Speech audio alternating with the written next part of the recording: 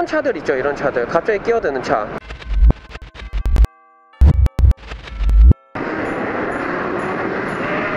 자, 끈적이들 안녕. 삐리링. 자, 오늘 제가 찍어볼 내용은요, 요즘에 이렇게 전동 킥보드 사건 사고가 끊이지 않고 있습니다. 뭐 공도에서 사고가 나고 막 이렇게 하는데, 그래서 오늘은 제가 이 전동 킥보드를 도로에서 탈 때 좀 어떻게 타야 좀 안전한지 그 부분을 좀 영상으로 찍을까 해서 이렇게 나왔습니다. 원래 이런 것들을 하나하나 다 설명하려면 시간이 좀 길어져야 되거든요. 한 20분 정도 걸릴 텐데 여러분들은 또 긴 영상 보시는 거 많이 힘들어 하시잖아요. 그래서 최대한 짧게 간결하게 추려서 영상을 찍도록 하겠습니다.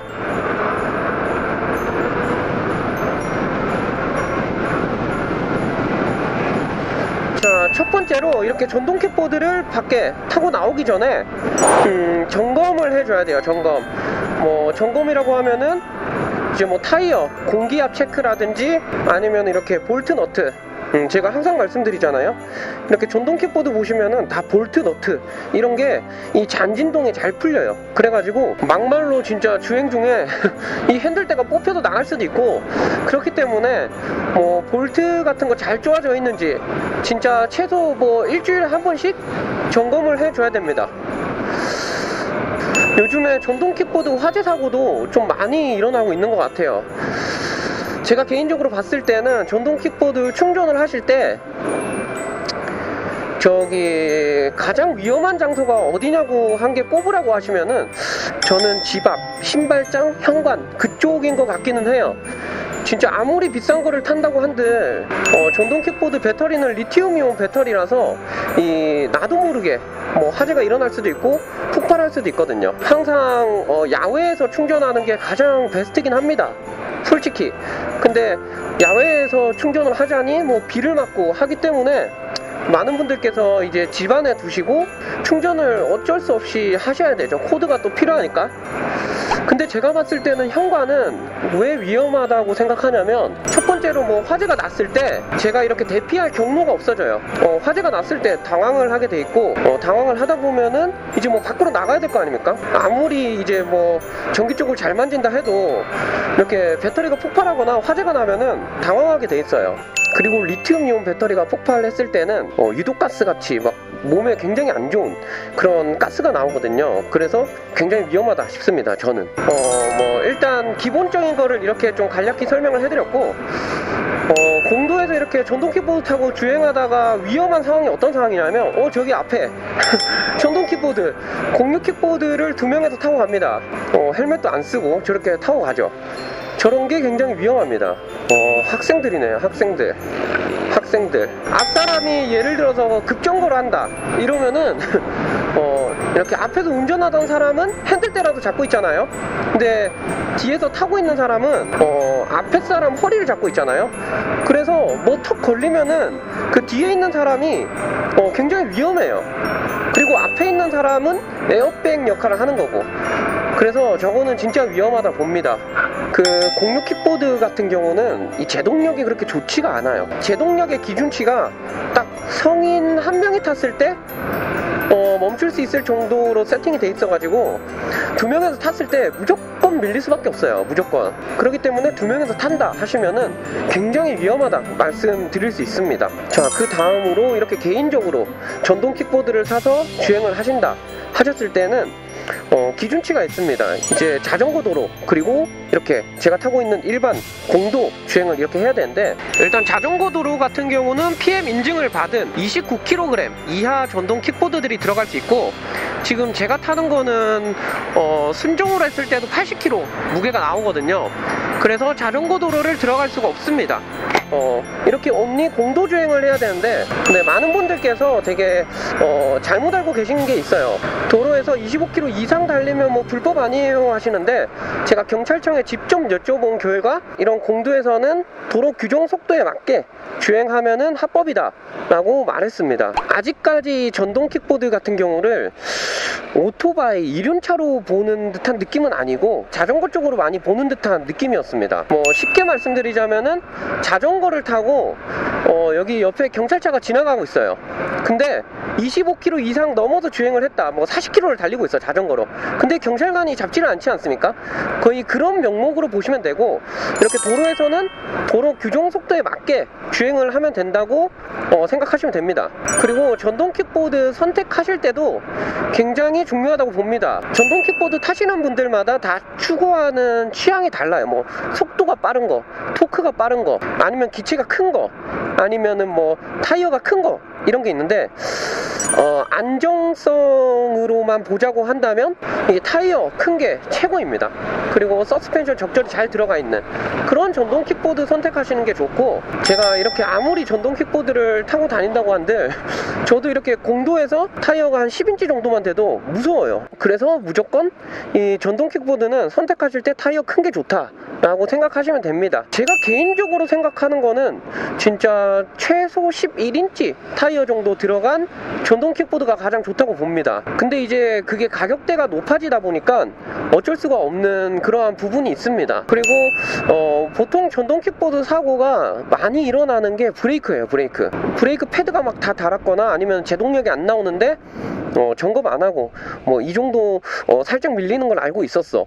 근데 괜찮겠지 하고 탔다가 뭐 급작스럽게 이 급제동을 해야 될 상황이 왔을 때 그 브레이크 성능이 뭐 50% 이하로 떨어졌기 때문에 이게 멈출 수가 없는 거예요. 그래서 브레이크 쪽 점검도 중요하다고 보고, 최소 2개월에 한 번씩은 뭐 센터 가시거나 하셔가지고 브레이크 같은 경우는 잘 이렇게 관리를 해야 된다고 봅니다. 그리고 가장 사고가 많이 나는 게 야간에 이렇게 전동 킥보드를 타고 주행하다가 사고가 많이 납니다. 일단은 뭐 야간에 사고가 많이 나는 이유는 딱 한 가지예요. 딱 한 가지. 뭐 등화 장치를 안 켰거나 아니면 차들한테 안 보여서 차들이 휙 지나가면서 넘어지거나 아니면 차랑 사고가 나거나 그렇습니다. 제가 지금 이렇게 보시면은 LED 이렇게 밑에 LED 튜닝을 해뒀어요.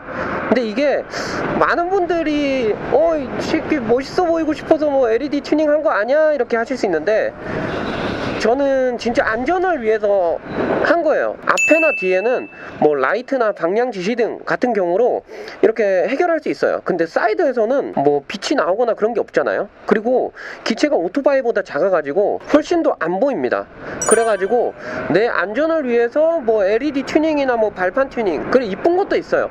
이쁜 것도 있긴 있는데 주 목적은 나의 안전을 위해서 이렇게 한다 생각하시면 됩니다. 그리고 이렇게 공도 주행할 때 많은 분들께서 막 공도주행 무섭지 않으세요? 이렇게 물어보시는데 무서운 게 맞습니다. 무서워요.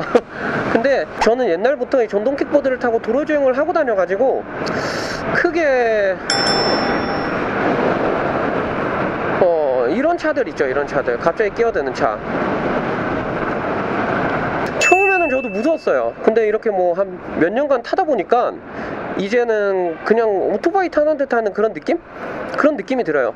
근데 물론 이제 바이크보다는 이 제동력도 좀 떨어지고 안정성에서 떨어지기 때문에 그러한 점을 인지하고 전동 킥보드를 타셔야 돼요. 앞차 차간 거리를 좀 더 많이 벌려준다거나 뭐 이런 것들.